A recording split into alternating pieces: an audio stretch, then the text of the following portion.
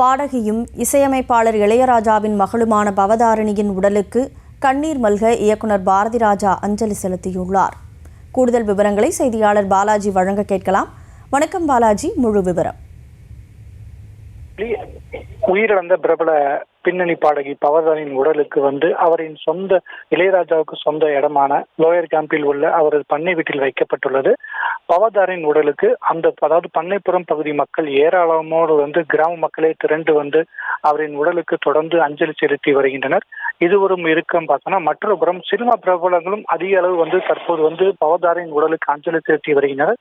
குறிப்பா பார்த்தோன்னா, ட்ரம்ஸ் சிவமணி அவர் ஆரம்பத்தில இருந்தே தொடர்ந்து இறுதிச் சடங்கிற்கு ஏற்பாடுகளும் பவதாரணி உடலுக்கு தொடர்ந்து அஞ்சலி செலுத்திட்டு வர்றாரு. அதே போல நடிகர் கிருஷ்ணாவும், அதே போல பவதாரின் உறவினரான வெங்கட் பிரபு மற்றும் பிரேம்ஜி யுவன் சங்கர் ராஜா அவங்க குடும்ப உறுப்பினர் யுவன் சங்கர் ராஜா ஆகியோர் இறுதி சடங்குக்கு ஏற்பாடுகளை செய்து வருகின்றனர்.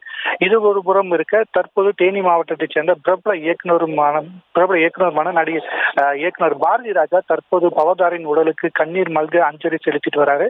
அதாவது பாரதி ராஜாவும் இளையராஜாவும் ஆரம்ப காலகட்டங்களில் ஒரே நண்பர்கள், ஒரே மாவட்டத்தைச் சேர்ந்தவர்கள்.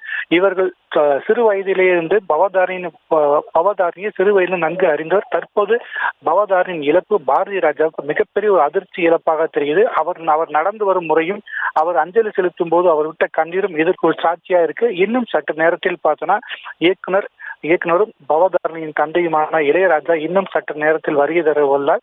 அவர் வந்த பின்பு குடும்ப வழக்கப்படி அவருக்கான இறுதி சடங்கில் ஏற்பாடு நடைபெற்ற பின்னர் அவர் தாய் மற்றும் இளையராஜாவின் மனைவி சமாதிக்கு நடுவேக தோண்டப்பட்ட குழியில் பவதாரின் உடல் அடக்கம் செய்யப்பட உள்ளது. கனிமொழி, விவரங்களுக்கு நன்றி பாலாஜி.